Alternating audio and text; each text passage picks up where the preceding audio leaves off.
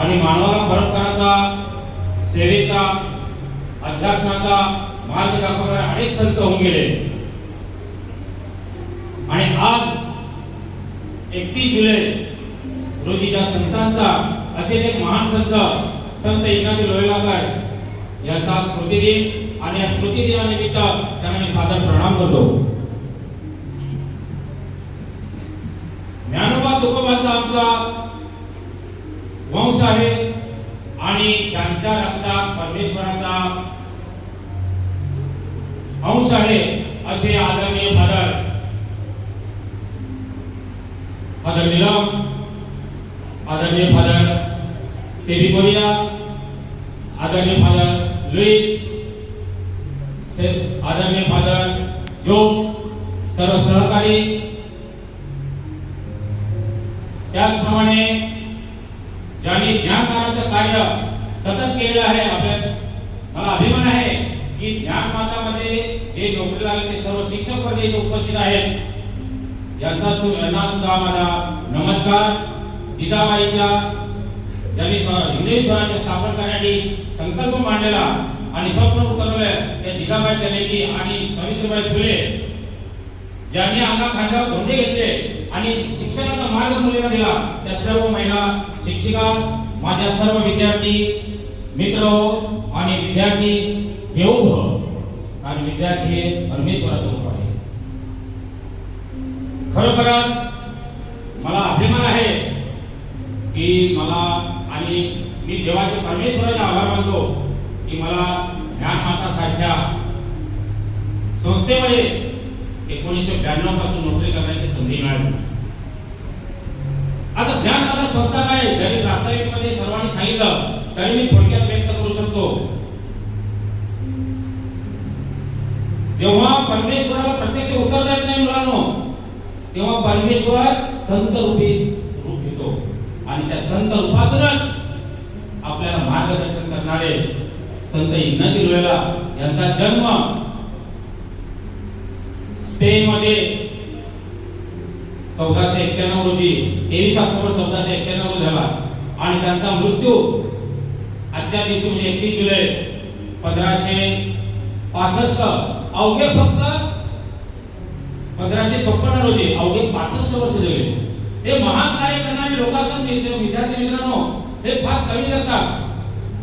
पण तुकामाने मरणाचे सारे उत्तमाचे कार्य अबाधित. तुकाराम महाराज जे कार्य करून म्हणतात त्यांचं कार्य हे जग जाहीर असतं. लोक जगतात 90 वर्ष 100 वर्ष पण त्याचं कोणाला सुख काही नसतं. पण काही लोक असे संत ज्ञानेश्वर 22 वर्षी, संत तुकाराम 42 वर्षी, स्वामी विवेकानंद ज्यांनी जगाला तत्त्वज्ञानाचा मार्ग दाखवला, शिकागो धर्मोपदेश काढले, फक्त 39 वर्ष जगले. आम्ही आपले हे सुद्धा संत कमी वर्षामध्ये तरी फार जेजू संघाची स्थापना केली.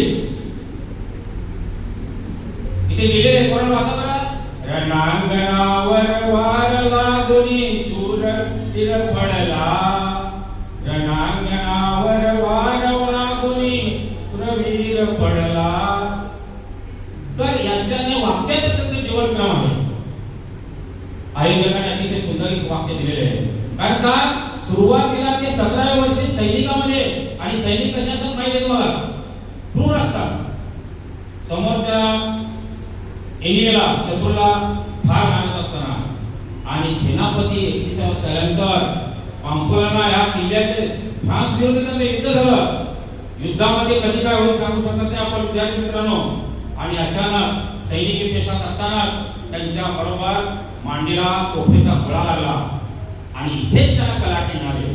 मनुष्य बदलतो कधी जेव्हा एखादा प्रसंग त्यांच्यावर घडतो तेव्हा तो मनुष्य बदलत असतो. जीवनामध्ये असंच असतं. आणि ह्या त्यांच्या गोळा लागल्यानंतर ते अधू झाले हॉस्पिटलमध्ये. राहिल्यानंतर त्यांनी मग काय अनेक पुस्तकं त्यांच्या घरात, ते जवळजवळ 12 माणसं त्यांच्या घरात होती. किती भांड होती? 12. चांगल्या उच्च शिक्षण चांगल्या घराण्यात त्यांचा जन्म झाला. पण त्यांनी सेवेसाठी त्यांनी संतांची पुस्तकं वाचली, अध्यात्माचं येशू ख्रिस्ताचं पुस्तक वाचलं आणि त्यांच्या सेवेचा परिणाम झाला. आपल्यावर सुद्धा कधी कधी पुस्तकं वाचतो आपण, काय करतो आणि आपल्यावर परिणाम आणि कलाटी करतो. एखादी चांगल्या प्रकारे एखाद्याचं मार्गदर्शन लावलं, एमपीएससीचा विद्यार्थी पास झाला असेल, त्याचं मार्गदर्शन तर मुलांना तुम्ही त्याचा अनुकरण करा, तुम्ही सुद्धा साहेब होऊ शकता. होणार की नाही? अरे होणार की नाही साहेब? ज्ञानमाताचं आपलं नाव कमावायचं आहे. नुसतं शाळेचं नाव नाही, ज्ञानमाताचं, संस्थेचं, समाजाचं आणि या विभागाचं आदिवासी संस्कृती जतन करायची आहे. आणि त्याप्रमाणे त्यांनी येशू ख्रिस्ताचं पुस्तक वाचल्यानंतर हे जीवन आपलं मनुष्य असा आलाय, असा आलाय. येताना काय घेतो? येतो का काय घेऊन? जाताना काय घेऊन जातो का? आणि मग त्यांच्या परिणाम झाला. आणि मग काय केलं? त्यांनी अध्यात्म मार्ग स्वीकारला, सेवेचा मार्ग स्वीकारला, प्रेमाचा मार्ग स्वीकारला आणि शैक्षणिकचा मार्ग स्वीकारला. हे करीत असताना आपल्या काहीतरी नुसती सेवा करून किंवा प्रेम करून व्यक्त होणार नाही. आणि म्हणून त्यांनी शाळा काढायसाठी सुरुवात केली. शाळेतून लहान बालकांना शिकवायला सुरू. आणि आज जगामध्ये जवळजवळ त्यांचे किती 1,500 अन्वये असं माझ्या वाचण्यात आलेलं आहे. 112 देशामध्ये या येशू संगीत शाळा आहेत. आणि म्हणून ही आपली संस्था कशी आहे? आणि त्यापैकी आपली संस्था ग्रेट आहे. याच्यामध्ये 17 युनिट आहेत, 11 प्राथमिक शाळा आहेत, 4 हायस्कूल आहेत, 2 कॉलेजेस आहेत, जवळजवळ 250 शिक्षक आणि हजारो शिक्षक इथे कार्यरत आहेत. वर्षाला अनेक शिक्षक बाहेर पडत, अनेक विद्यार्थी बाहेर पडतात आणि मोठमोठ्या हुद्द्यावर झाले आहेत. म्हणून आपल्या पहिला मनात अभिमान पाहिजे. जसा आपला आई वडिलांचा अभिमान आहे तसा आपल्या संस्थेचा अभिमान आहे. जिथे आपण शिकलेलो आहे त्याचा मुलांना अभिमान करणे आवश्यक आहे. मी सर्व शिक्षकांना विनंती सुद्धा करतो की आपल्या संस्थेचा अभिमान. आज बरेच माझे सहकारी माझ्या जोडीला जे लागलेले आहेत त्याची मुद्दा मी नाव घेऊ इच्छितो की ते आज इथे कोणीच दिसत नाही. माझ्याकडे सर्व निवृत्त झालेले आहे. मी पण पुढच्या वर्षी ह्याच दिवशी निवृत्त होईल. कदाचित माझा आदरांची इच्छा असेल इथे कार्यक्रम करतील. मला अभिमान आहे की ज्या संस्थेत मी काम केलं त्याच दिवशी, त्या सणाच्या दिवशी मी निवृत्त होत आहे. म्हणजे परमेश्वराचा आशीर्वाद आहे माझ्यावर. असेल ना?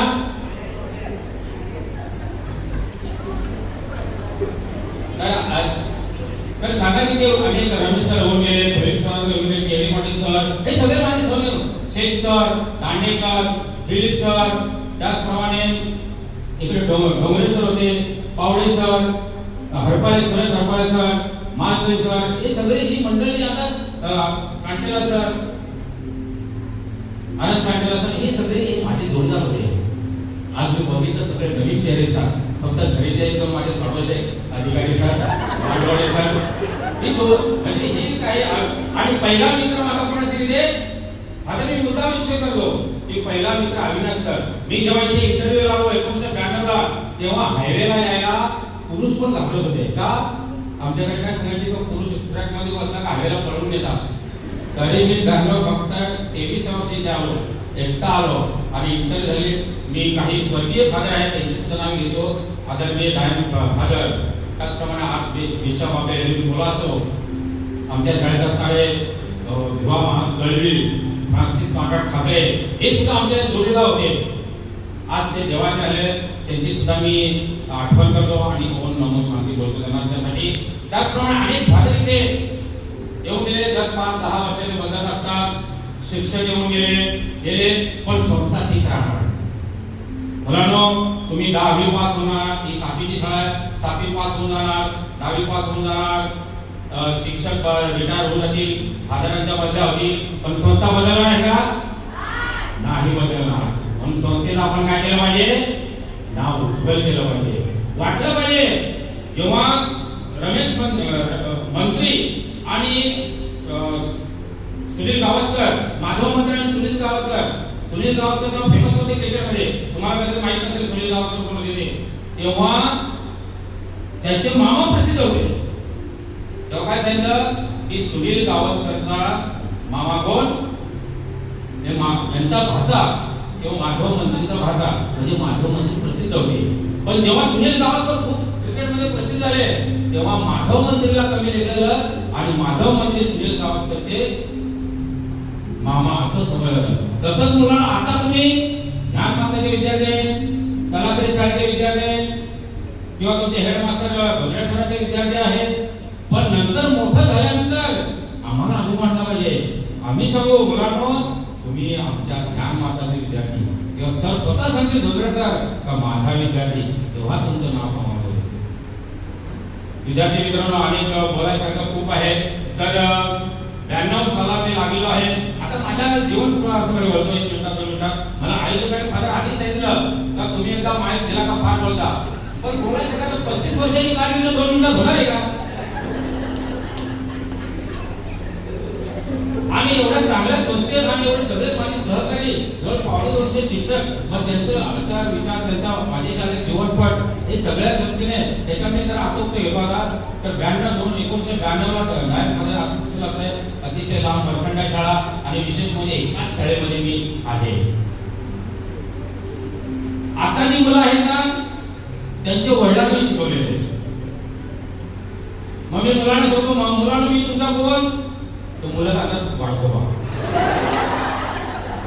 का, वाढवा म्हणजे आजोबा ना. आणि त्यांच्या वडिलांना मी शिकवले, ते माझे पालले आणि ते अजून खूप पालले लोक झाले. तर अशा प्रकारे हसण्या जबाब दिला. तर विद्यार्थी मित्रांनो, म्हणजे एवढी वर्ष आम्ही अथांग काम आणि या संस्थेत असल्यामुळे मी एवढी सेवा करू शकलो आणि अजून सुदृढ आहे की दिले मात्र झालं की शिकले.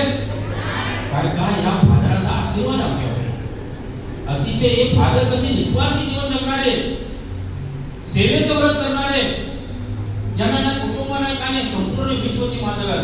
नामदेव आपलं संत ज्ञानेश्वरांनी हे विश्वची माझे घर कशाचं आता विश्वात्मक केले येणे वाद्याचे दोषावे दोषोनीमध्ये जावे कसा जगाला जसा शांतीचा संदेश दिला तसे फादर लोक आपल्याला शांतीचा, प्रेमाचा, सृष्टीचा मोठा होण्याचा सल्ला देतात की जेणेकरून तुम्ही मोठे व्हा. जेव्हा हे स्वतःचा विचार करत नाही तेव्हा ह्या फादरांना माहुली म्हटलं. आणि खरंच फादर तुम्ही आमच्या सर्वांचे शिक्षकांचे, विद्यार्थ्यांचे हजारो विद्यार्थी होऊन गेले, त्याचे तुम्ही खरोखरच माहुली आहे. आणि पुन्हा एकदा चुकोना माझा मार्ग करा, चुकोना कोणाचे मन जरा, पांडुरंगा कृपा करा, वाहू दे सुखाचा जरा. एवढे बोलतो मी. आणि मी 35 वर्ष सेवा करतो शिक्षक म्हणून. मला पुरस्कार सुद्धा फार आपल्या संस्थेला मिळाले. राज्य पुरस्कार मिळाला, जिल्हा पुरस्कार मिळाला, तालुका असे 9 पुरस्कार मिळाले. याचा श्रेय मला दो आणि हे सर्व तुम्हाला मी समर्पित करतो. आणि विद्यार्थी चांगल्या चांगल्या हुद्द्यावर आहेत. आज सुद्धा ते आठवण करतात आपली का, तर शिक्षकाची किंमत ही फक्त शाळेत असताना नसावी, 10 वर्षाची नसावी, तर शिक्षक रिटायर झाल्यानंतर सुद्धा त्याचं नाव घेणं तर शिक्षकाची किंमत असते. पुन्हा एकदा मी माझ्या आणि शिक्षक म्हणून लागलोय आणि कदाचित शिक्षक म्हणूनच रिटायर होणार. धन्यवाद आणि माझ्या शब्दांना पूर्ण वेळ देतो.